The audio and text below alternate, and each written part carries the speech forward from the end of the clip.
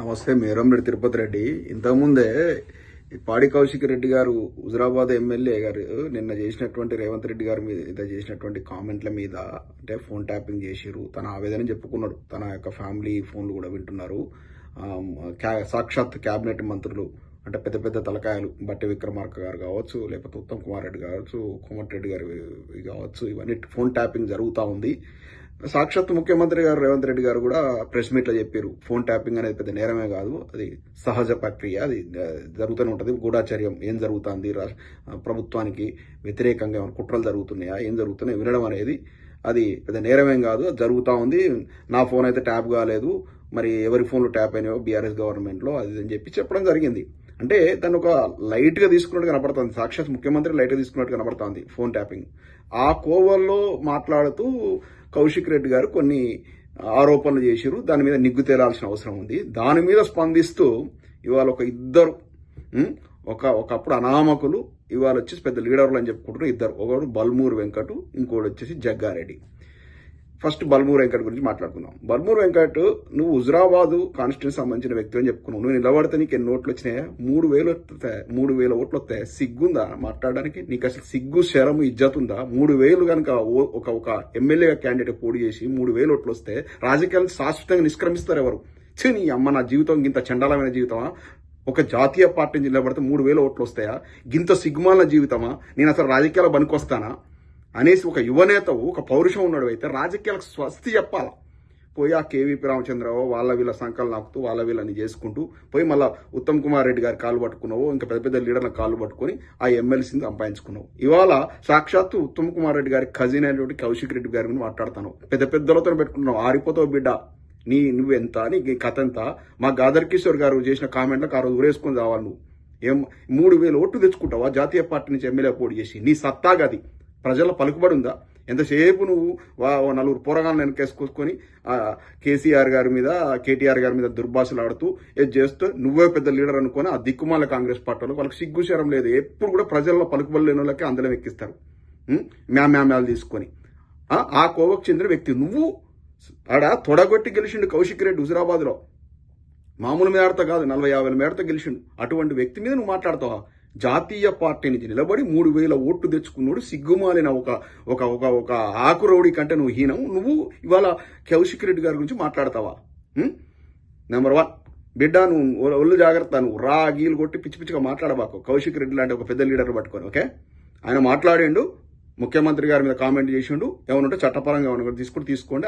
ఆయన ఇంతకుముందు కేటీఆర్ గారి మీద, కేసీఆర్ గారి మీద మాట్లాడినప్పుడు ఎట్లా వచ్చినాయి? కేటీఆర్ గారి మీద ఇష్టమంటే మాట్లాడతారు కదా, ఎవరెవరికో లింకులు పెట్టి. సాక్షాత్తు మీ కేబినెట్ మంత్రి కొండా సురేఖే, ఆమె మన నాగార్జున గారు, వారి కోడలు సమంత, మాజీ కోడలు సమంత కేటీఆర్ గారికి లింక్ పెడుతూ పిచ్చి పిచ్చి ప్రలాపన చేసినప్పుడు ఎడబోయినావు? ఎక్కడ పోయినావు? డాక్టర్ చదివినావు. నువ్వు డాక్టర్ ఎంబీబీఎస్ కంప్లీట్ చేసావు లేదు తెలియదు, కానీ డాక్టర్ అని చెప్పుకోవడం కదా. ఎక్కడ పోయినావు నువ్వు? నీ విజ్ఞత ఎక్కడ పోయింది? ఆనాడు మాట్లాడలేదు, ప్రెస్ మీట్ పెట్టి అట్లా మాట్లాడద్దని. అన్ని పాపం కేటీఆర్ గారికి ఇష్టం ఉన్నట్టు అంటగట్టిరు కదా. అప్పుడు బట్టగాల్చి చేసినప్పుడు ఎక్కడ పోయినావు నువ్వు? ఆ విజ్ఞత ఎక్కడ పోయింది నీకు? ఇవాళ మాట్లాడుతున్నావు, అది నిగ్గుదేలాలి. ఆరోపణల మీద నిగ్గుదేలాలి. ఇవాళ రేవంత్ రెడ్డి గారి మీద, కౌశిక్ రెడ్డి గారు చేసినట్టు ఆరోపణల మీద కూడా నిగ్గుదేలాలి. ఒకరు చేస్తే ఇంకొకరు చేయరా? ఇష్టం మాట్లాడితే ప్రజలు గమనించట్లేరా? ఖబర్దార్ బల్మోరి, నీ కెపాసిటీ అంత లేదు.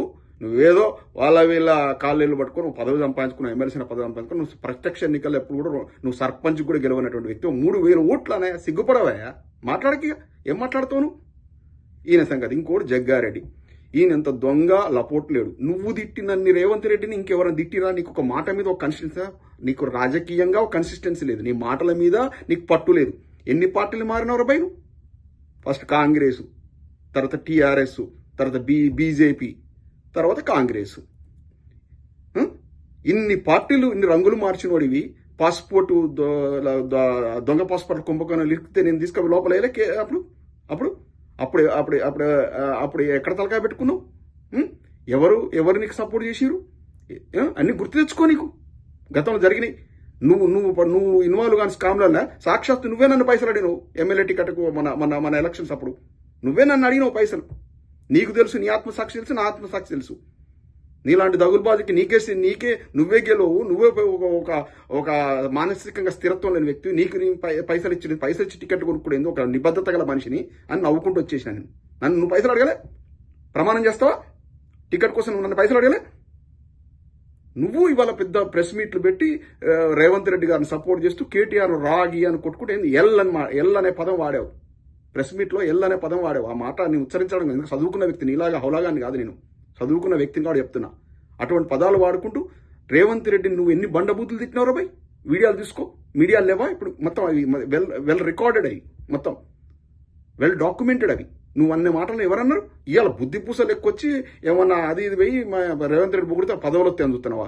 బిడ్డ, రేవంత్ రెడ్డి సంగతి నీకు తెలియదు. 14 ఏళ్ళు ఆయన బడి తిరిగిన మనిషి చెప్తున్నా. నీ గురించి ఎట్లా మాట్లాడుకునేదో మాకు కూడా తెలుసు. ఆఫ్లైన్లో నువ్వు ఒక మానసికంగా స్థిరత్వం లేని వ్యక్తివి. నువ్వు ఏం మాట్లాడుతావో నీకు తెలియదు. ఒక రాజకీయ స్థిరత్వం లేదు. ఇలా సాక్షాత్తు అదే ఉత్తమ్ కుమార్ రెడ్డి గారి కజిన్ కౌశిక్ రెడ్డి గారు మాట్లాడుతాను. ఇవన్నీ ఎక్కడెక్కడెక్కడెవరికి పోవాలో పోతాయి. బిడ్డ, నువ్వు అందరితో పెట్టుకుంటున్నావు. నీ పని రాజకీయ జీవితమే అయిపోయింది. నువ్వు శూన్యం. నిన్ను ఒక జోకర్ లాగా చూస్తారు ఇప్పుడు. మొన్న పిచ్చి కుక్కలు పెట్టినా గెలిచేటువంటి పరిస్థితి ఉండే. ఎందుకంటే ఒక 10 ఏళ్ళు కేసీఆర్ గారు ప్రభుత్వం చూసినా ఒక కొత్త ప్రభుత్వానికి అవకాశం ఇద్దామని ఇచ్చారు. దాంట్లో కూడా ఓడిపోయినావు. అంతకంటే హీనం నువ్వు. ఇటువంటి ఎలక్షన్లో కూడా ఓడిపోయిన వ్యక్తి ఇవాళ నువ్వు పెద్ద పోటుగానే మాట్లాడుతున్నావా? సిగ్గు తెచ్చుకో. రేపు రాజకీయంగా ఎవరే అవసరాలు ఎట్లుంటాయో చూసుకో. ఎవరితో ఎట్లా అవసరం పడదు చూసుకో. ఇప్పుడు నువ్వు పొగుడుతున్నా కూడా రేవంత్ రెడ్డి దరిదాపులో కూడా రానియాడు. నీ రాజకీయంగా నీ జీవితం భూస్థాపితం.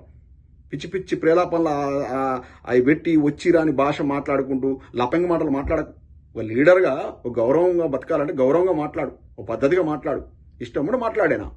మరి స్పందించలేదు. కేటీఆర్ గారి మీద మీ కొండా సురేఖ గారు వాళ్ళు వీళ్ళని పిచ్చి పిచ్చి ప్రేలాపనలు చేసినప్పుడు మాట్లాడలేదు. అప్పుడు అట్లా మాట్లాడొద్దు అని మాట్లాడలేదు.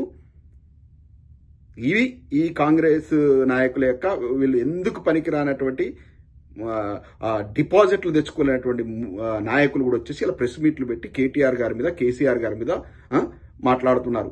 వాళ్ళని విమర్శిస్తే వాళ్ళంత పెద్ద వ్యక్తులు అవుతాం అనుకుంటున్నారు. మన స్థాయి ఏందో చూసుకోవాలి మనం. ఒక ఆయన మన సార్వత్రిక ఎన్నికల లోపల ఓడిపోయిన వ్యక్తి జగ్గారెడ్డి, ఒకడేమో 3000 ఓట్లు కూడా తెచ్చుకున్నటువంటి వ్యక్తి హుజురాబాద్ ఎమ్మెల్యే మీద మాట్లాడుతూ ఉన్నాడు. ఇది వీళ్ళ సంగతి. ప్రజలన్నీ గమనిస్తున్నారు.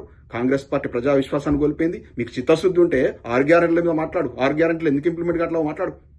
4000 రూపాయలు ఎక్కడవా పెన్షన్ పెంచుడు?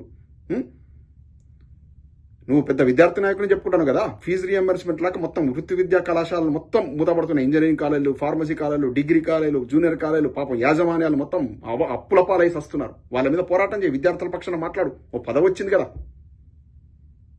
పదవి వచ్చినప్పుడు దాని గురించి వాళ్ళ విద్యార్థుల పట్ల నీకేమైనా ఆసక్తి ఉంటే వాళ్ళ విద్యార్థుల యొక్క వాళ్ళకు రావాల్సిన ఫీజు రియంబర్స్మెంట్ మీద మాట్లాడు. అవి చేత కాదు. ఈ సోళ్ళు ప్రెస్ మీట్లు పెట్టి పిచ్చి పిచ్చిగా మాట్లాడాడు. నా స్థాయిని నువ్వు సంచుకో. సిగ్గుండాలో ఒకసారి కామెంట్ చేస్తానికి.